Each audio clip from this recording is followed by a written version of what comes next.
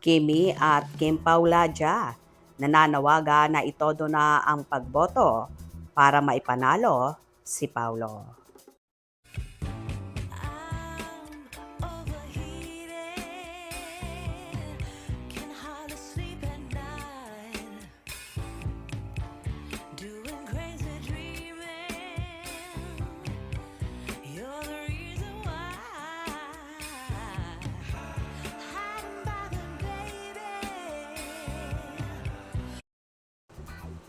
Kaliwat kanan ang panawagan ng Kim Paulaja at solid ni Paulo Avellino na dagdagan ang effort ng kanilang mga kapanalig para masiguradong masungkit ng aktor ang Outstanding Asian Star Award mula sa Seoul International Drama Awards o SDA.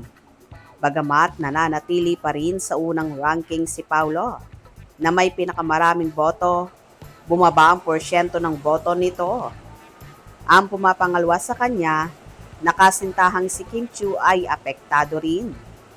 Nagpakita naman ng kasiglahan ang porsyento ng boto ni An na nananatili pa rin sa ikatlong pwesto.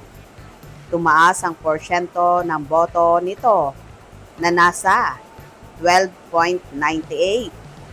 Kaya nga panay ang pasasalamat ni An sa mga fanay niya sa X na ipinagmalaki ang pagboto nila sa actress.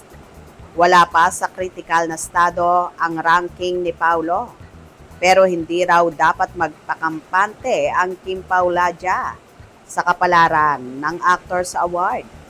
Kaya naman mababasa sa X-Media ang panawagan ng maraming Kim Pao fandom na itodo ang pagsuporta kay Paulo para mapagbigyan ang request ni Kimi na pananalunin dito ang kanyang ka-love team.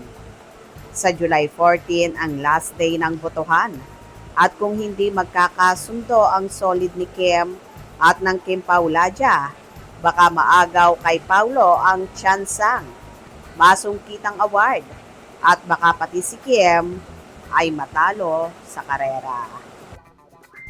Well, hindi nga tumitigil si Kimi at ang buong Kim Paulaja sa sanib puwersa na ginagawa nila para maitayo si Paulo sa unahan at hindi maagaw sa kanya ang first ranking na kahit nga si Chinita Princess ay nakikiusap na sa lahat na kahit hindi na siya iboto bagkos, itodo na lang kay Paulo ang suporta at pagboto nang makaranas naman ang binata sa prestihiyosong award sa Seoul kung saan maglalakad sa red carpet bilang pagkilala sa kahusayan ng aktor sa pagganap sa The Alibi serye nila ni Kim Chiu.